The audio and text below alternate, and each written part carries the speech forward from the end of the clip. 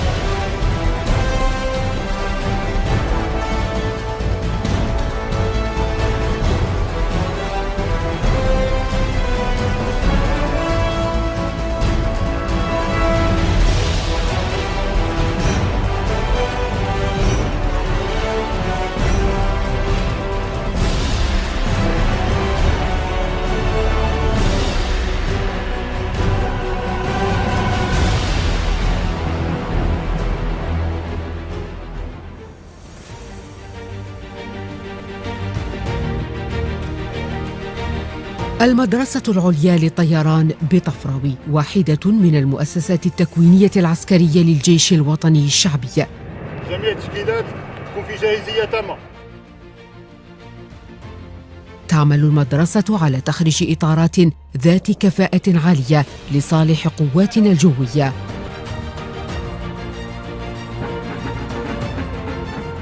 وشهدت المدرسة مؤخراً إعادة إدراج تكوين العنصر النسوي تخصص طيار عسكري، لتكون فرصة لبنات الجزائر لإثبات قدرتهن على النجاح في هذا المجال الحساس.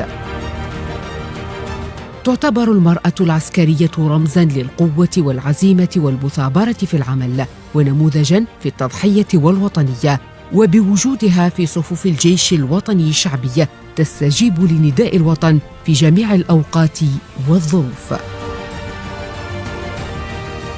تضمن المدرسة العليا للطيران بطفراوي تكويناً تخصصياً في مجال الطيران يسهر عليه مجموعة من الإطارات والأساتذة العسكريين والجامعيين المختصين. يعتمد التكوين بالمدرسة على طرق بيداغوجية حديثة تواكب التطورات العلمية والتكنولوجية، لا سيما مجال العلوم وتقنيات الطيران والتقنيات الحديثة،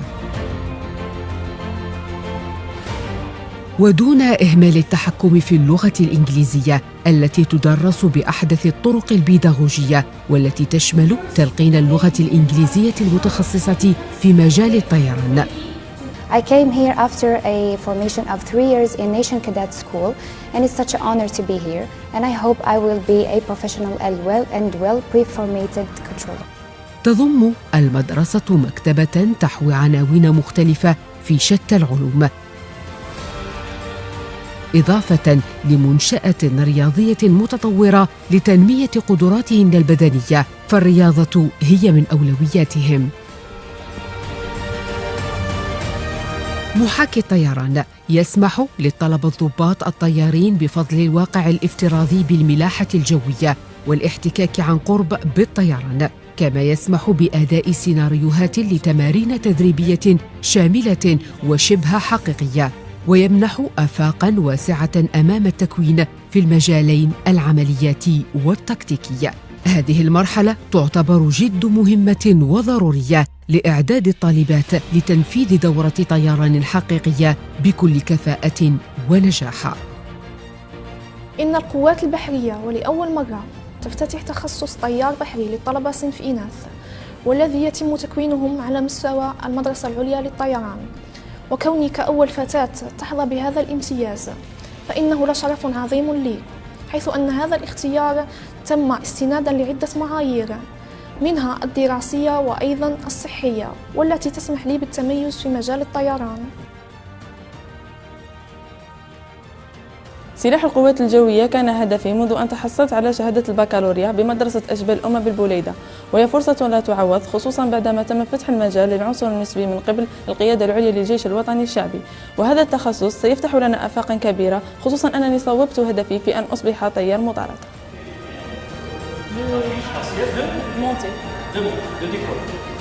لي الشرف بالالتحاق بصفوف الجيش الوطني الشعبي والانتساب إلى القوات الجوية على مستوى المدرسة العليا للطيران الشهيد جبار طيب. هذا الصرح التكويني فتح لنا المجال العلمي والعسكري لتكوين ضباط الدفعة الأولى اختصاص طيار طائرة بدون طيار.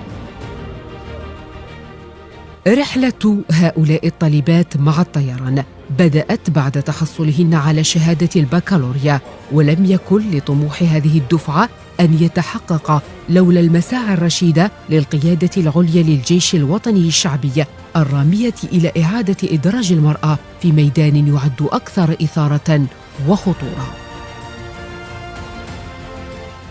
تضمن المدرسة العليا للطيران شهيد جبار الطيب بالناحية العسكرية الثانية تكوينا عسكريا وبيداغوجيا بشقيه العلمي والتقني للضباط الطيارين للقوات الجوية، وهذا بعد عملية انتقاء جد صارمة، لا سيما اختصاص طيار المقاتل، طيار النقل، إضافة إلى طيار طائرة بدون طيار، ملاحة جوية، إرصاد جوية، أمن الطيران، والتكوين التخصصي والتطبيقي.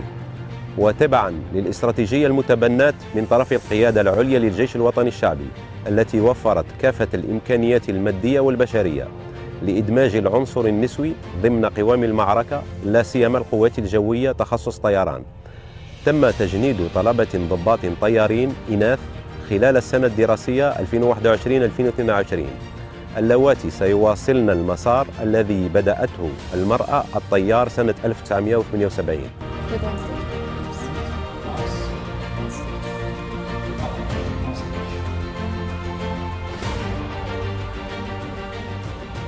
مرحلة التأهيل على الطيران تتلقى فيها الطالبات المبادئ الأساسية للطيران على طائرة النقل من خلال قدرات التحكم فيها ومعرفة طرق استغلال الأجهزة والمعدات.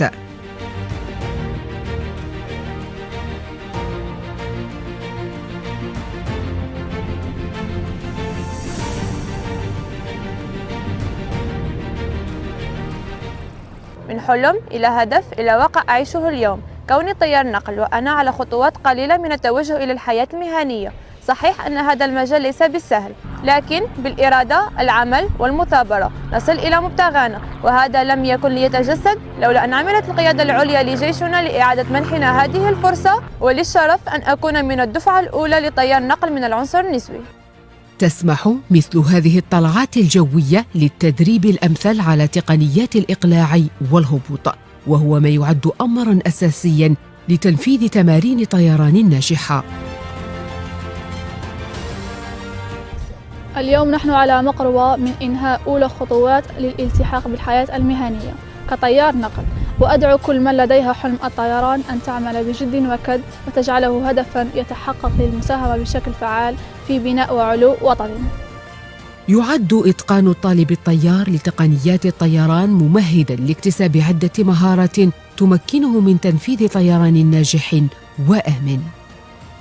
ما يمكن أن أقوله حول التكوين في مجال الطيران هو أنه يتميز بالصرامة والجدية، وذلك أمر ضروري، حيث يعمل المدربون المتواجدون على مستوى قسم التكوين في الطيران على تلقيننا كل المهارات والخبرات الضرورية، وذلك من أجل إشعارنا بحجم المسؤولية الملقاة على عاتقنا، ونحن ندافع على وطننا ضمن قوات الجيش الوطني الشعبي.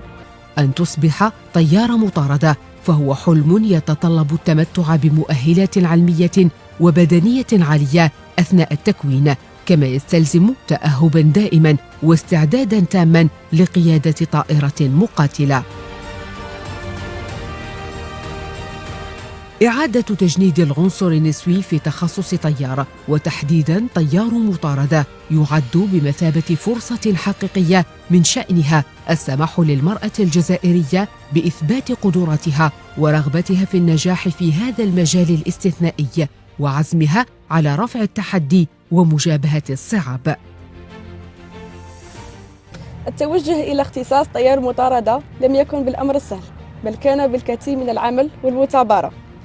والذي كان هدفي من البداية، لكن هذا لا يمنعنا من العمل أكثر وتحقيق نجاحات أكبر في الحياة العملياتية.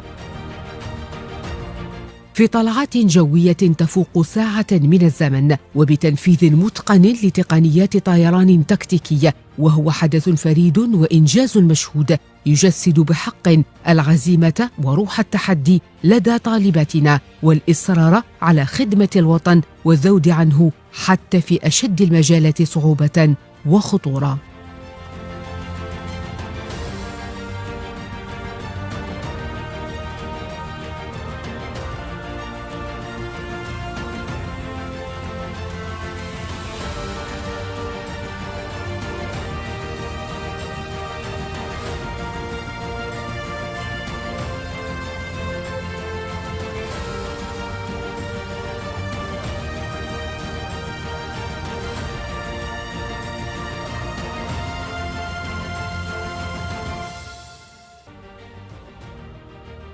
الدفعة الأولى للطيارين من العنصر النسوي بالمدرسة العليا للطيران بطفراوي أثبتن نجاحهن بالطلعات الجوية التي قمن بها بمفردهن. إصرارهن وعزيمتهن القوية لخوض هذا الميدان الصعب جعل منهن قدوة لبنات الجزائر ليكن ضمن أولى الدفعات اللواتي اخترن قمرة القيادة لطائرات أسطولنا الجوي العسكري. ومع تخرجهن من المدرسة العليا للطيران بطفراوي السنة القادمة ليفتتحن بهذا الإنجاز المشرف المجال أمام بنات الجزائر للانخراط في قواتنا الجوية والمشاركة في شرف حماية الوطن والدفاع عن ترابنا الغالي.